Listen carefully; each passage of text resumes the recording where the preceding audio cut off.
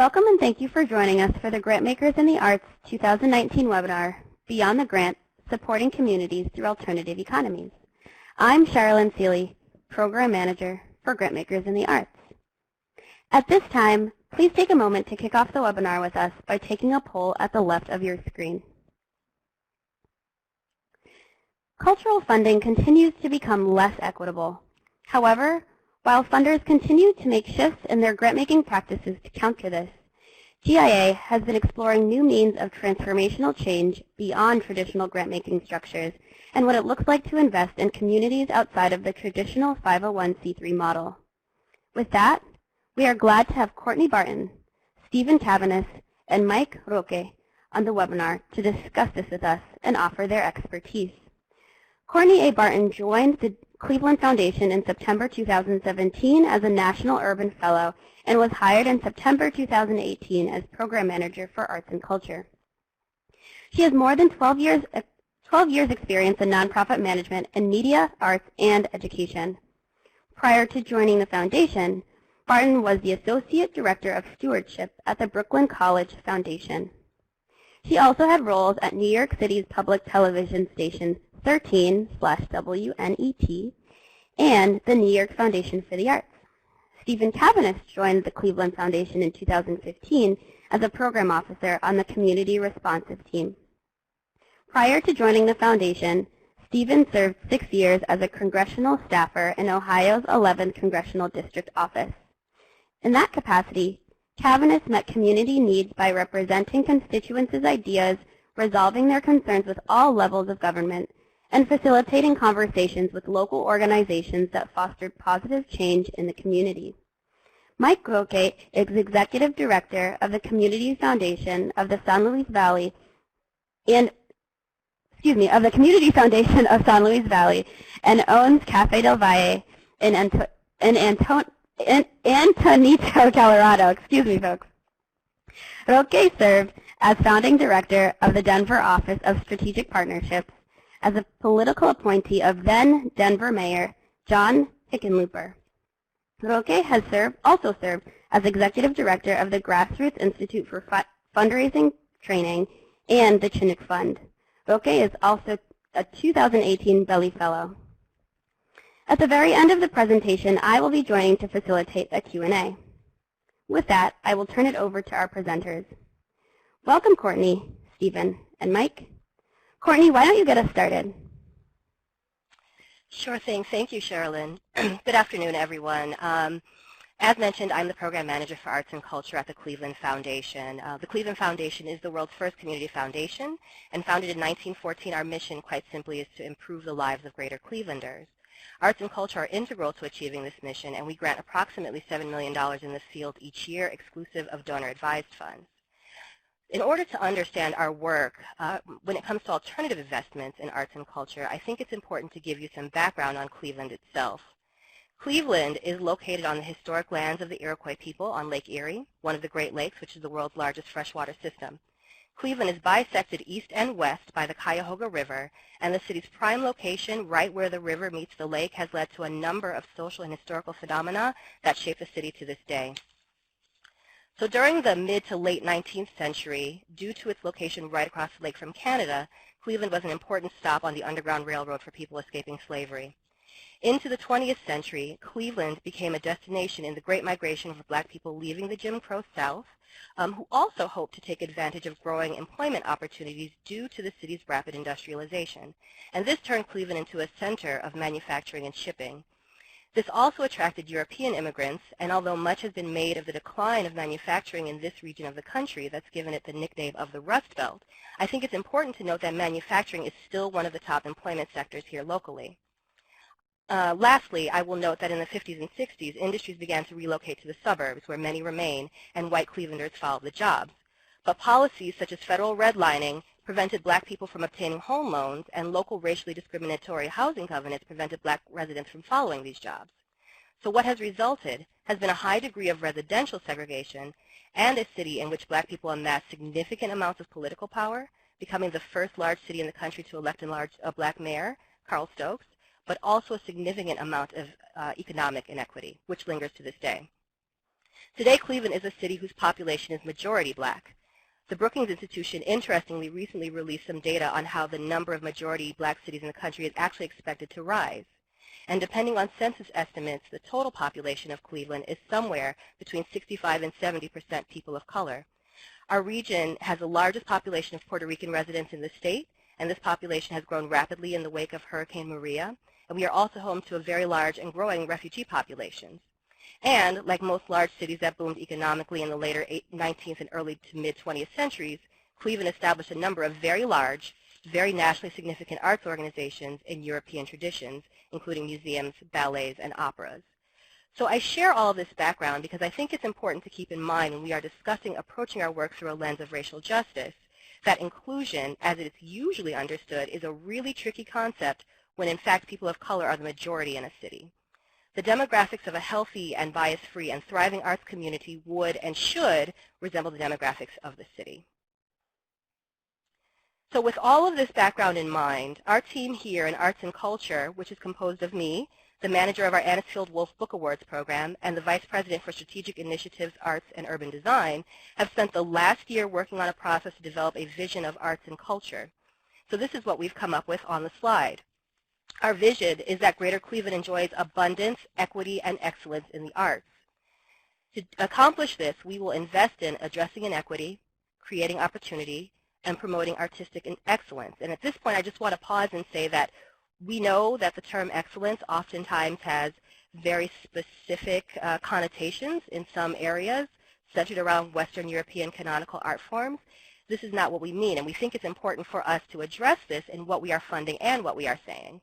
And Arts and Culture will seek to build trust, seek collaboration, and promote participation in essential conversations. And by abundance, I will also add, we need more. We need more arts in every community, and not just the centers of arts, especially around the very large organizations that have happened, although we love those as well. So, as we work to implement this new vision, we've come up with a few guiding questions that we like to keep in mind. Number one, how can we hold space for artists and arts organizations of color? By space, we mean both literal and metaphorical. Physical space is a huge issue for artists and arts organizations of color, but also a seat at the table. How are we keeping them in mind? How can we help them have input in decisions that are made? How can we help artists and arts and culture organizations resist being gentrified out of their neighborhoods? A number of our neighborhoods in Cleveland are experiencing gentrification, and we know how gentrification has played out in cities across the country. The artists and culture workers whose presence enrich and enliven neighborhoods frequently get displaced when their work has attracted people moving in from the outside. This is not what we want to happen. How can we serve the next generation of artists? For some time, our funding did focus on the larger organizations, and our funding for youth arts was really limited. But if we're not attending to the next generation of artists, we are not attending to the health of the entire ecosystem.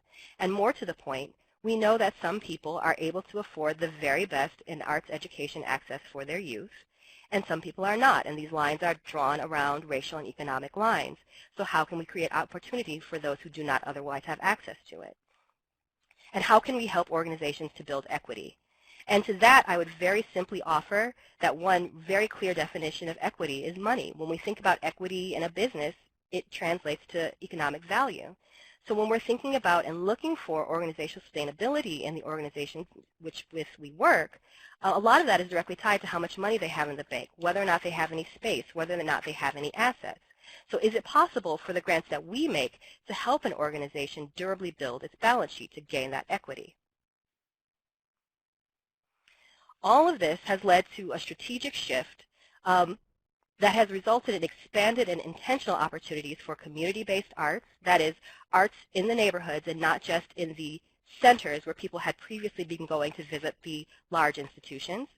To organizations led by and serving people of color, it is new for us to say that we are specifically interested in serving and partnering with organizations led by and serving people of color. Smaller organizations, because previously we were focused on larger institutions. Access, and this means people who get access to view and experience the arts in institutions, but also access for artists to institutions to create. Youth training beyond the introductories. This goes back to one of our guiding questions. We've really answered that through an initiative that we have called our Arts Mastery Program, which is providing up to 5,000 year-round seats in progressive, rigorous training in a variety of disciplines in Cleveland neighborhoods so that it's within easy access for youth. And overall, just taking a little bit more risk. We've been around for more than 100 years. It's our opportunity to use our stability and our presence to help organizations that otherwise, might not have that stable position from which to take risk on their own.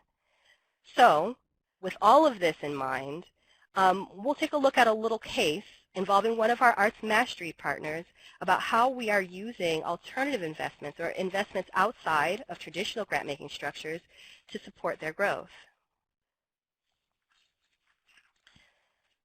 So 12 Literary Arts was founded in 2016 by poet and educator Daniel Gray Contar. 12's mission is to bring performance poetry to public spaces while supporting poets and writers of all ages with youth programming, adult professional development, and brave spaces to dream, write, and teach into reality a world of social justice and equity. 12's first home was in the Collinwood neighborhood on Cleveland's east side. They rented space from the neighborhood's Community Development Corporation, or CDC for short, which for a time also acted as a fiscal agent for 12. On the strength of the work that they were beginning to do in literary arts, the Cleveland Foundation provided a grant to that CDC to assist 12 in obtaining a 501c3. After it obtained 501c3 status, we provided direct grant funding to help 12 scale up its youth programming. However, the CDC, which was acting as 12's landlord, began to founder organizationally and eventually closed. But even before that CDC closed, it became clear that 12 was rapidly outgrowing its physical space. The question for us was how could we help 12 not just find a new space, but also sustain its growth? So the answer was found in another nearby, largely black East Side neighborhood, Glenville. Glenville is rich in history and culture. Like many black neighborhoods, it has also suffered mightily over decades in disinvestment.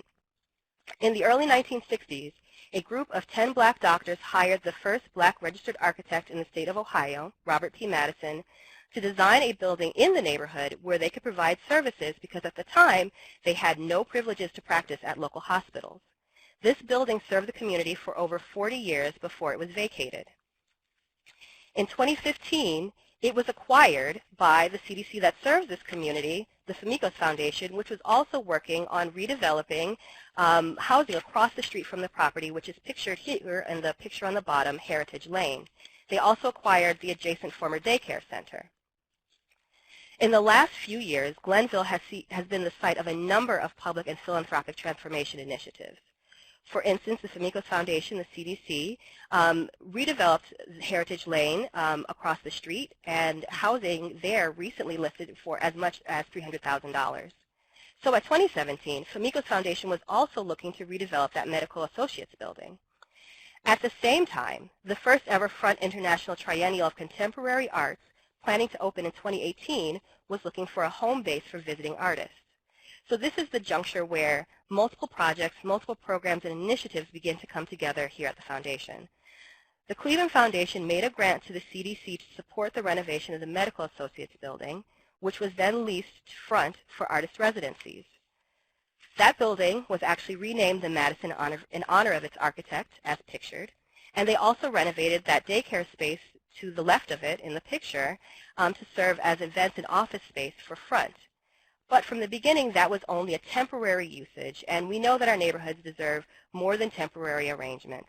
And furthermore, arts are important not only when people come from the outside for a short time and then leave, and trying to keep in mind some of our priorities of creating space and holding space for our communities of color, we knew that there was more than we could do. So the intention was that this could seed an arts campus, and PNC also supported the project with a significant amount of investment, but there was just a little bit more that we could do.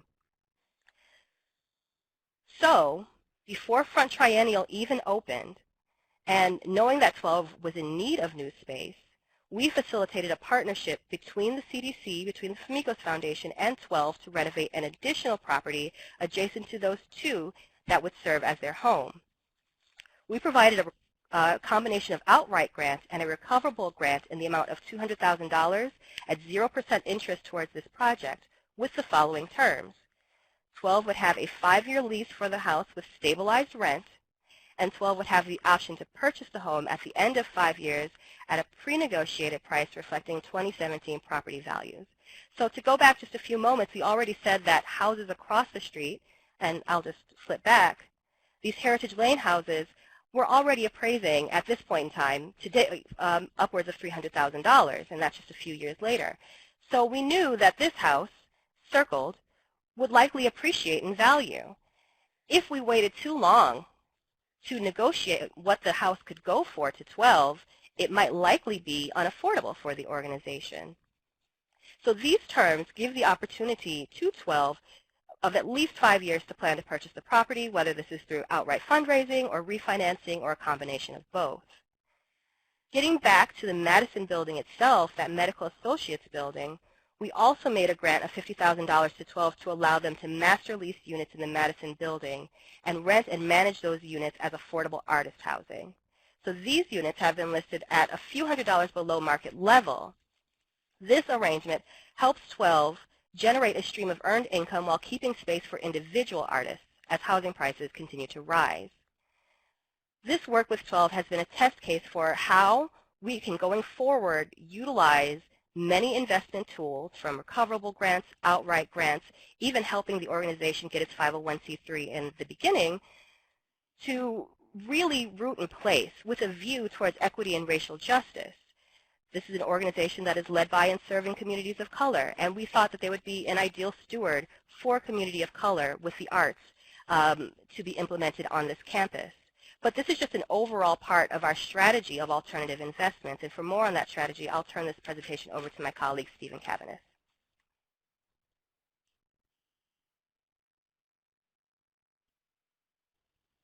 Thank you, Courtney, and good afternoon. What Courtney has shared with you is just one example of how we have partnered with a small arts organization in Cleveland, Ohio, really working directly with them to help them improve their organization and offer them resources to make sure they're more sustainable in the future.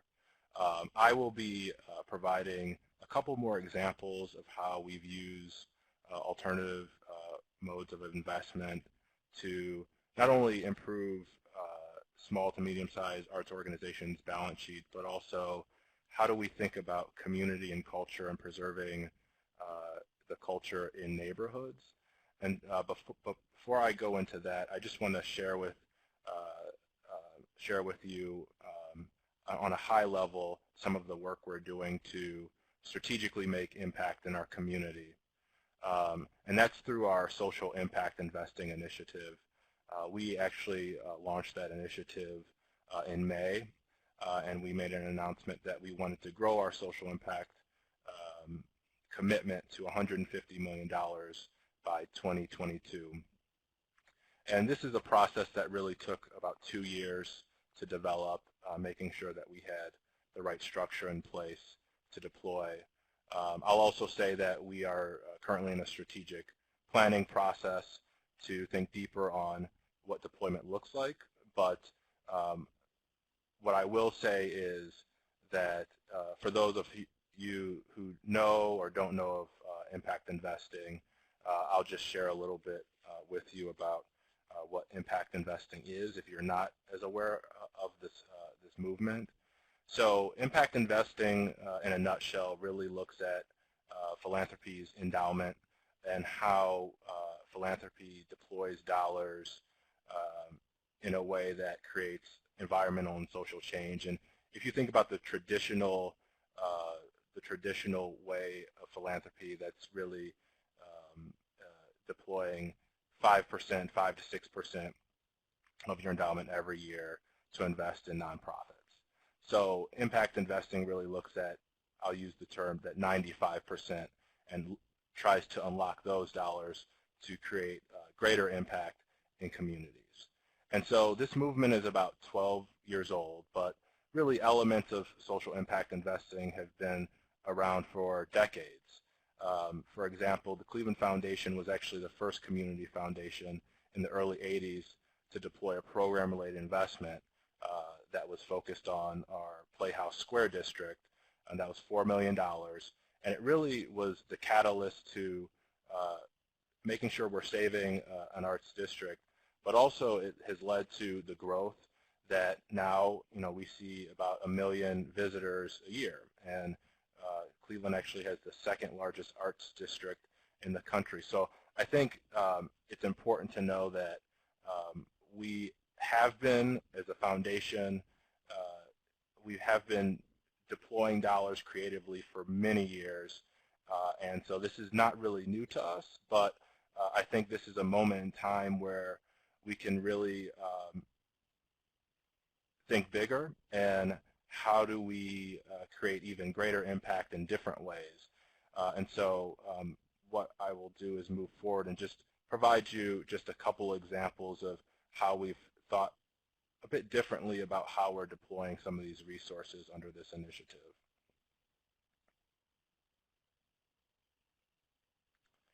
So an investment we made, I believe, a couple years ago now was in a community. It's the Midtown District, and it is actually next to a couple of neighborhoods that are very under-resourced. And one challenge that a couple of our neighborhoods have is a high infant mortality rate. Obviously, poverty is very high. Accessibility to fresh foods is very limited. And so we actually partnered with a local market, Dave's Supermarket, to have them actually relocate to Midtown. And this really is an accessible site. It is a full-service grocery store.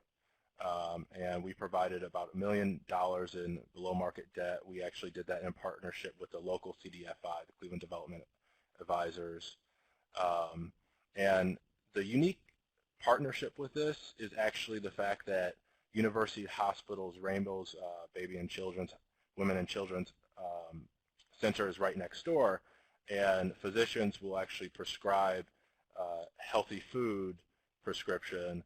So families can actually get it filled at the store, but also we encouraged that they have a community space and they activate it in a way where it allows those families who are prescribed those healthy foods to find out different ways to prepare those foods in a healthy manner, but also recognizes that there are cultures that already have their traditional meals that they like to prepare.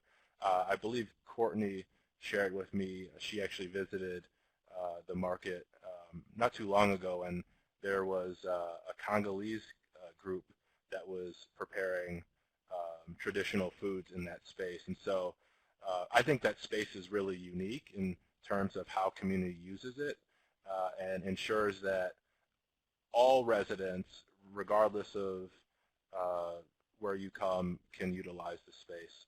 So I thought that was a very innovative way to invest our dollars. Secondly, so the Astrup building is located in our Clark Fulton neighborhood, and that is a community that is primarily of Latinx descent, and I guess what I'll share is that in this neighborhood there's been a lot of disinvestment, just like many of the urban core.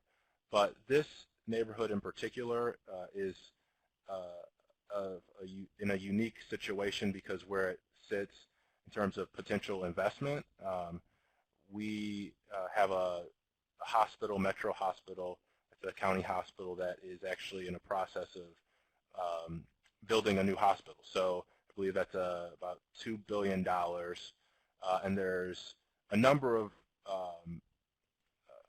projects along this West 25th corridor that are being activated over the next 5 years. But what I will say is that when we made this investment, we didn't make it sort of on an island or in a vacuum. We understood where the market was going. Obviously, the real estate developer understood that too. But we also recognized that this was an area that was largely an area that has not received or had access to arts. And so there are a handful or maybe more small to medium-sized arts organizations that will be locating to this building. Actually, before I say that, go on, I do want to mention that for those who aren't familiar with this area, unfortunately, several years ago, there was an incident where 3 young women were found in captivity by a gentleman by the name of, who was holding them, Ariel Castro. The survivors are actually doing well now. He is no longer with us. He took his own life. But part of this investment was recognizing that we needed to change the narrative in this neighborhood. And so it's not just about making sure that we're bringing arts to the neighborhood, but it's also how do we change that narrative and provide more optimism to the residents in this community. And so going back to what I was saying about these small to medium-sized arts organizations locating in this building, one of the requirements of this investment that we pushed was knowing that this neighborhood was on an upward growth trajectory. We wanted to make sure that these arts organizations were able to stay in the next 10 years or so. And so we basically required that in the agreement, the lease agreement, that at the end of the 10 years, these organizations either get the option to continue lease at an affordable rate, or they can have the option to actually own their building. So they would essentially have to purchase the space. But 10 years is a decent amount of time to raise the capital to make that purchase. So for the organizations that do end up purchasing their space, that is equity on their books, and so it strengthens their balance sheet. And so one thing that before I started working in philanthropy that I really didn't take it full advantage of is sort of this idea of having sort of influence and power, and it's not just about like the resources in terms of dollars, but how are you using your position to create greater impact other than that sort of an initial investment. And I think this is just a good example of how philanthropy is helping to move the needle when it comes to strengthening some of our small to medium-sized arts organizations. So with that, I think Courtney is going to finish out. Thank you. So just to sum up, some key takeaways for what we've been talking about in terms of alternative investments in Cleveland and arts and cultural organizations. Number one, this is a test for us in many ways. Although we have done program-related investments and social impact investing in a variety of ways, I think that using this format to support smaller organizations is relatively new for us. So we're trying to think ahead. We're trying to create partnerships, and we think that's key. It's been bringing many partners to the table, especially our community development corporations. Community development often in many parts of the country is viewed as housing. Sometimes it's viewed as work opportunities. It's not always viewed as also keeping arts and culture in the community. And I will also note that when Steve talked about Ariel Castro, the survivors are actually starting their own nonprofit, and they will be one of the tenants in the Astrup building. And so it's about the ways that we can use these tools in a way that is focused and taking a little bit more risk to help our grantees strengthen their financial position in the long term. I think we have the opportunity to be the catalyst, and I think philanthropy, because of its generally safe position economically, can take that risk to be the catalyst. We are thinking long term about what it means for an organization to perhaps own their own space, but also what it would take for an organization to get there in terms of planning. And really, I just wanted to shout out the fact that we as a program team have been going through a curriculum developed by the National Committee for Responsive Philanthropy called Power Moves. And they're talking about how we build power, share power, and wield power. So we're trying to think about all of those things, how we are sharing power with communities, how we are sharing power with organizations, and how we can use our power when people come to us for perhaps capital for their projects to say, but think about these terms when you are going to court smaller organizations and communities. And so with that, I will turn the presentation over to Mike Roque.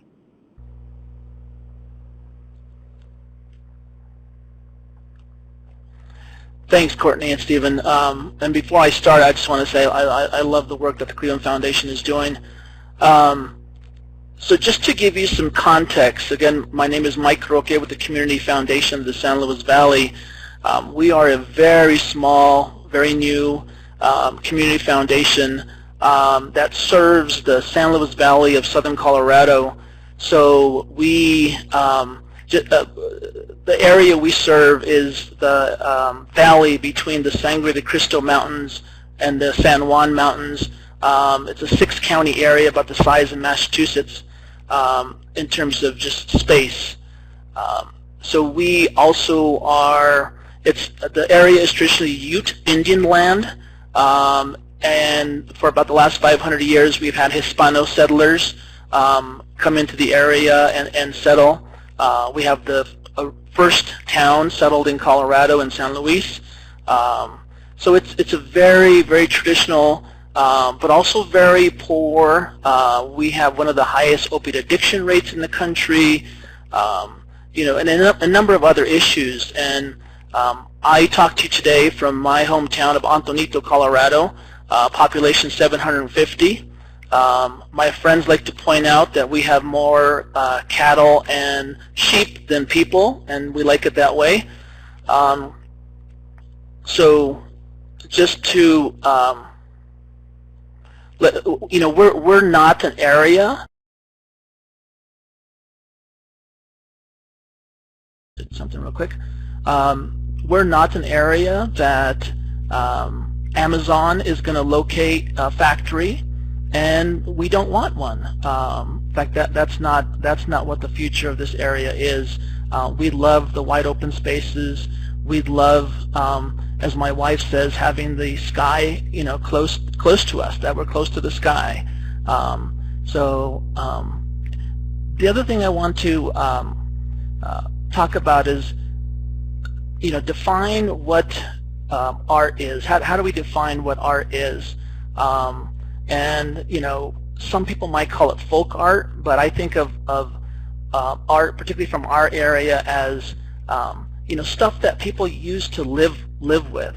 So pottery, tapestries, wood carvings, even foods, traditional dances and songs. So I want us to expand the idea of art, not just being a painting in a museum or really thin people doing amazing dances in a theater, but just everyday people living and surviving. And speaking of surviving, when I talk to my friends who are rural economists, they say for small towns, you lose your gas station, you lose your grocery store, you go away. And I can tell you that the town I live in, our one gas station was closed for over a year. And as was mentioned in my bio, I have a small coffee shop. We have 2 restaurants in the town. We have 1 grocery store. We all felt that all the businesses in the community felt the impact when our gas station closed. This is definitely true.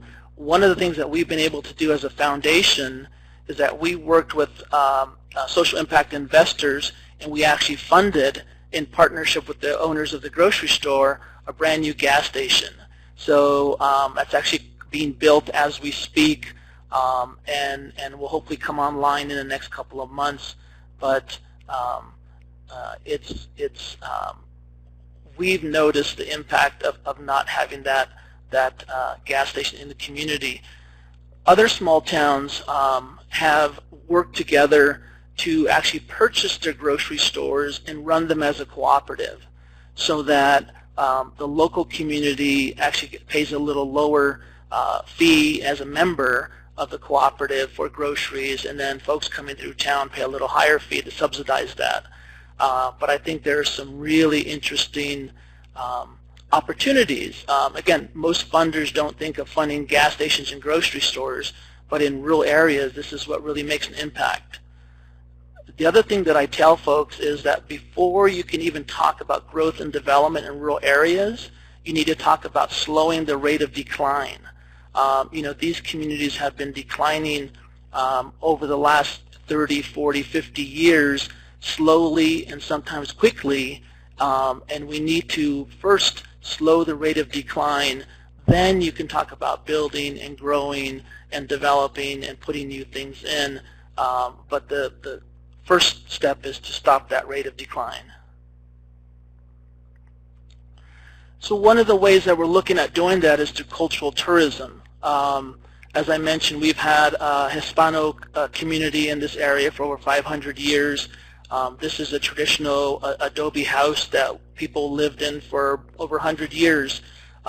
Many of these old adobe houses are beginning to fall apart. There are some groups that are trying to preserve them. And just like I talked about art earlier in terms of pottery and tapestries, I also think of housing. I think of some of these adobe structures with the beautiful vigas or wood beams. To me, they're a work of art. Really looking at what are the traditions that we have down here. We have some very old mission churches. We actually have the oldest church in Colorado. There are a number of things that people come down and just love the wide open spaces and the amazing views of the mountains, the rivers, the valleys.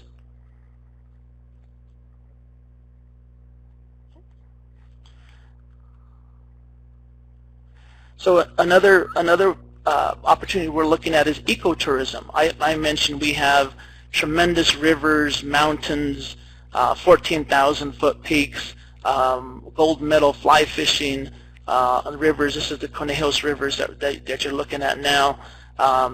We have tremendous outdoor activities, hunting, fishing, camping, hiking, mountain biking. So looking at using some of those opportunities, using the assets that we have to bring people in and have them come back. I always say my job is to get people to come in for the first time, and then they'll come back. But it's getting them to come down for that first time. So we're looking at activating some of the Rio Grande River, some of the other rivers and valleys in the area as mountain bike trails and other outdoor opportunities. And then finally, I want to talk about a couple of things. Food as culture, right? We have a lot of very traditional foods and plants and medicines that people still use to this day. My grandmother was a curandera, or a natural healer, and used the natural products to serve as medicines when she couldn't afford to go to the store or pharmacy and get traditional medicine. So, and then also just that food is passed down from generation to generation.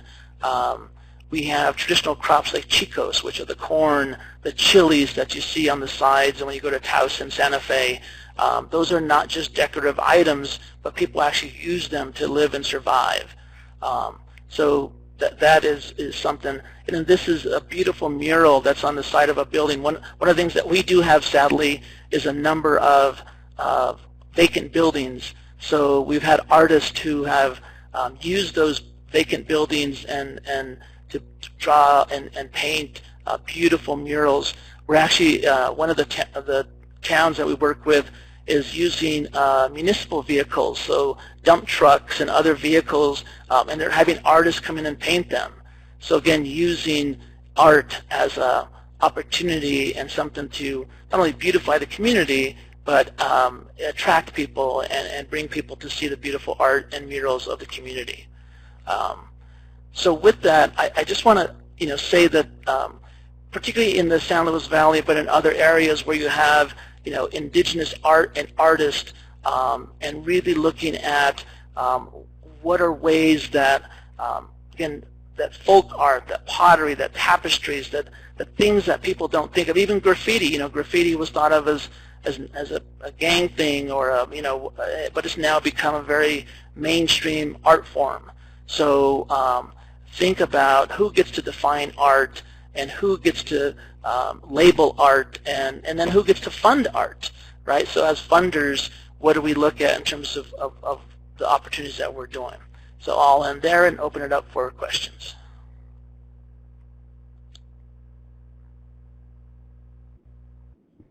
Thank you. Thank you for those awesome presentations. Thank you, Courtney, Stephen, and Mike.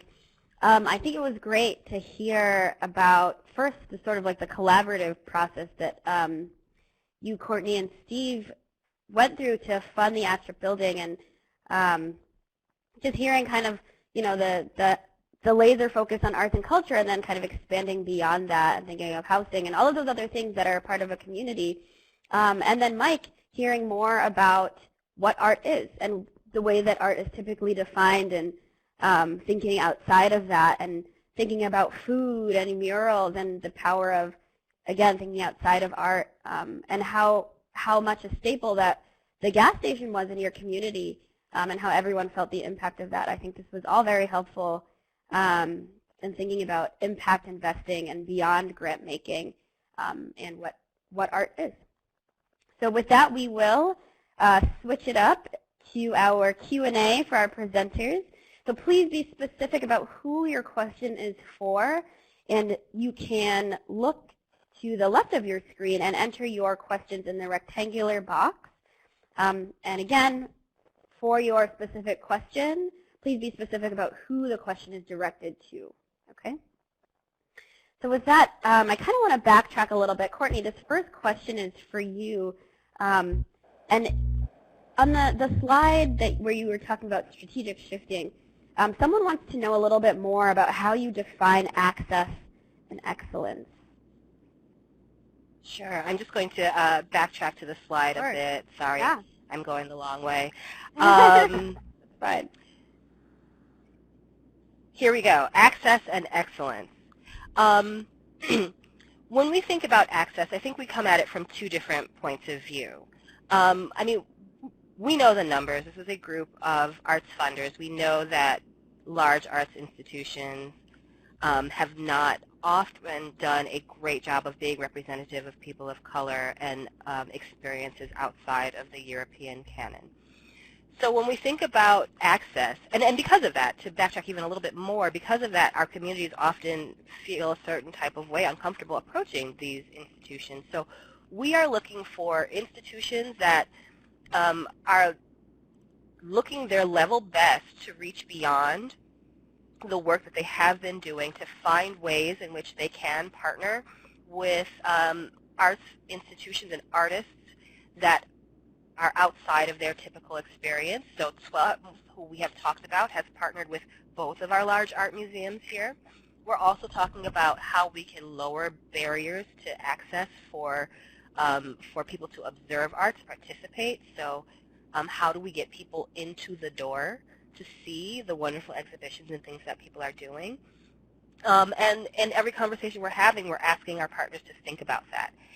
And that's been a priority. I think it's been working out pretty well. I think we are seeing, as with the case of 12 and our two museums, that they are doing really kind of great work and cutting-edge work and partnering with our smaller arts organizations and arts organizations led by and serving people of color, and in bringing people in through the door. It's really been progressing quite well. And then excellence. I mean, there's excellence in any tradition of art. Any tradition of art has its master artists and artisans.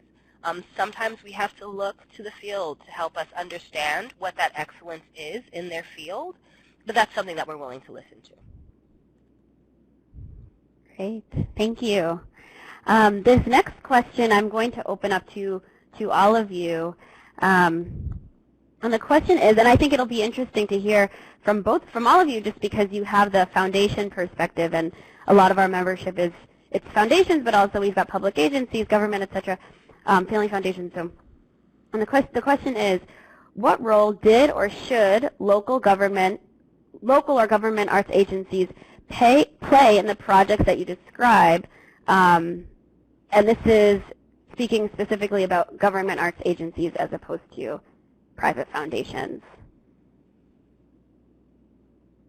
Yeah, I'll start off. So I spent many years in Denver, and Denver has a really strong government-funded through taxes arts scene. In southern Colorado, if it wasn't for local towns and counties, there would be no art. There would be, very little public art, at least. It is critical. We don't have the foundations and other sources of funding in small towns to fund art. So counties, as I said, counties and towns have played a critical role in arts funding, public arts funding in small areas. And I would just say, our municipal arts funder, Cuyahoga Arts and Culture, does a tremendous job in supporting the work of a broad range of arts organizations here locally. Beyond that, when we're thinking about neighborhood transformation, I think it would be really wonderful if public funding bodies thought about arts and culture as integral to neighborhood transformation. If a public funder is looking to develop housing in a particular area, how can the artists and artisans, and culture workers have a piece of that? What can they do to activate space, to make people feel welcome, to create place and meaning?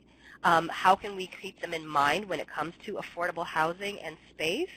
I think that we know, studies have demonstrated that neighborhoods that have strong arts organizations are generally healthier and happier and safer. So I think it's important for beyond just our arts funders, our municipal arts funders and our public arts funders, but also our other avenues of public funding to keep arts and culture in mind. Great. Thank you. So this question will go to the Cleveland Foundation.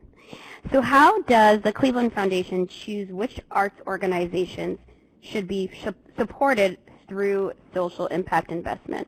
And while that's directed to the Cleveland Foundation, I think, Mike, you can comment as well from the Community Foundation of San Luis Valley as well.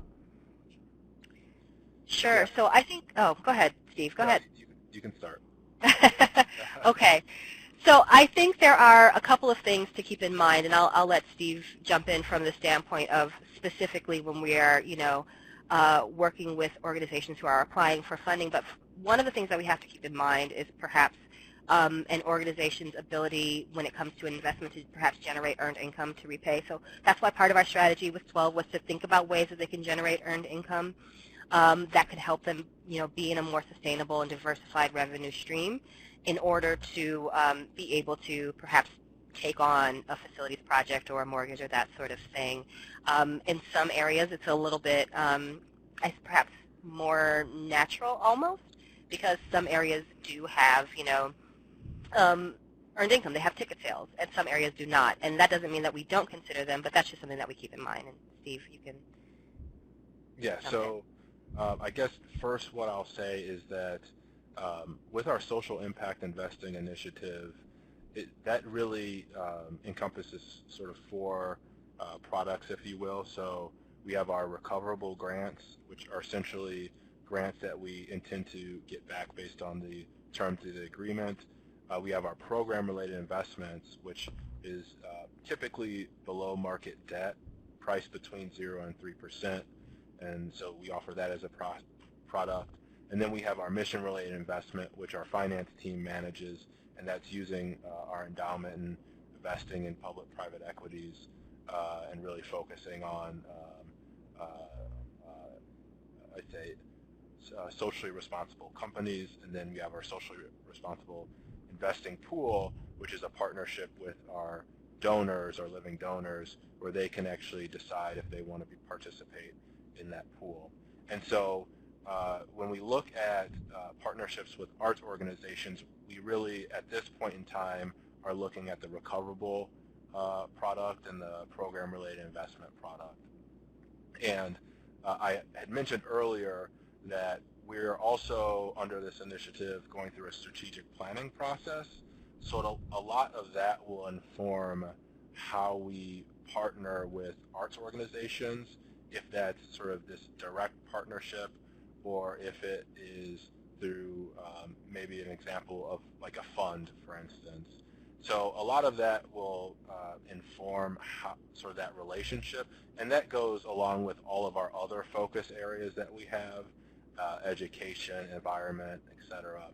But what I will say is that you know, how we approach arts organizations is based on what the need is, and I work closely with Courtenay, as you can probably imagine, and she sort of gives me some intel on what are the needs broadly. Obviously, we work closely with the local county arts organization, CAC, but basically, you know, I think moving forward, we will try to do a better job of being intentional and strategic about the products that we offer and why we offer them. And I guess I'll give you an example, and this is something that we're not doing right now, but something that I think we just need to consider. And using Courtenay's example of sort of this earned income and performing arts, you know, there could be an opportunity where, you know, we're offering a guarantee where now, you know, banks are more comfortable, now they have a loan loss reserve where they're going to lend to some of these performing arts organizations, and so that will give them sort of the cash flow to do their productions and leading up to their actual performances, so they're not sort of strained, like financially strained, to I guess reach their goal of opening night. So that's just an idea, but that's how we're, I guess, thinking about it moving forward. Great. Mike, did you want to comment? No, I'm good. Okay. All right. So we have an open question for everyone. What are the best ways to support arts organizations in navigating and becoming aware of alternative funding sources and partnership funded initiatives? And you sort of alluded to this earlier, Stephen and Courtenay, but if you could just elaborate a little bit more, Mike, you can add to that, or you can kick it off. Excuse me. Oh, go ahead. Well, just something that's really important to us is especially maintaining arts that are being lost. So we have an example of that is we have a master weaver who's in her 80s who we are partnering with to teach younger folks the art of, and not just weaving, but it's raising the goats and shearing them and dyeing the wool with natural dyes. And so using all these natural ways that are being lost, but making sure they're preserved so that they continue on. So that's something that's really critical to us. Are there, you know, carvings are another, wood carvings are another art that most of the artists, the master artists, are in their 80s, and so making sure that they're passing that history down. So that's something that we use. That's a really beautiful example, Mike. And I think from our standpoint as a community foundation, part of it is listening to the community and understanding what the needs are and thinking about the connections that can be made. So when it came to the idea of what will we do with all of this space once this triennial is gone, and we also are the same place where we know that there is a partner that is struggling to find their space on their own, for us it's incumbent to just put those two connections together. And part of that is really keeping our ears open and talking through it with our partners, with our grantees, so they understand what it means when we're talking about these alternative investments. Sometimes it is really talking to the partners involved so that they understand when we talk about community development with a CDC, understanding just how important it is to create a space for that art or form that has been, you know, that is fragile, that has been threatened, that perhaps is extraordinarily culturally significant but doesn't have a lot of backing, so that we can create these coalitions to support. And I would add that philosophically, you know, we view our grantees as grantee partners, and so it goes beyond sort of this transactional relationship and really gets into how do we build strong relations, right? And so then that leads into strong partnerships. So I think that's probably helpful as well. Great. We've got one more question. This is for you, Stephen. It says, to what extent is the foundation looking at ESG investing and its endowment more broadly outside of these PRIs? And so I understand ESG, environmental, social governance, but if that's not it, please unpack. PRIs, program-related investments, but also unpack if that's not that for everyone. So, so I basically manage our sort of recoverable and program-related investment, but I do work closely with our finance team. Like I said before, we are in the process of going through a strategic planning process. But what I will say is that from a finance side and from what I understand, we're trying to have more sort of positive screens on our investments, and so it's more when I talk about positive screens. So negative screens are sort of no oil, right, or no coal, but positive screens are really renewable energies. Also, how we invest our dollars as it relates to investing in funds that have women or minorities sort of as executives or in leadership positions. So there's different elements to how I guess we're doing that. I can't really speak to ESGs just yet because we haven't finished our strategic planning process, but from a measurement standpoint, we do intend to align with the United Nations Sustainable Development Goals, and then there's 17 goals under that. But I would encourage anyone who's interested in this to actually go to our website to learn more about our initiative. And if you have any questions, I can certainly be a resource or connect you with some of my colleagues on the finance end if I can't sort of provide an answer. So I hope that helps. Great. Yes. All right. Well, we are coming to the end of the session, but before we go, I want to say again, thank you so much, Courtenay, Stephen, and Mike, for those awesome presentations, for sharing what you're doing and how you're looking at endowments and being able to invest in communities outside of grant making. And also, as we know, our conference is coming up in Denver, so we'll be in your head, Mike, so that'll be really exciting. You've told us so much about the area and community, and so it'll be nice to be out on the West Coast with GIA. And for everyone, today's presentation has been recorded. We will be sending you a link to the file and the presentation slides within the next few days. And we also invite you to take a brief survey that we'll share immediately following the webinar. Your feedback is always important to us and helps us in the design of future webinars. If you have further questions, you can feel free to reach out to me, Sherilyn Seeley. And thank you again for joining us, everyone. Have a great day.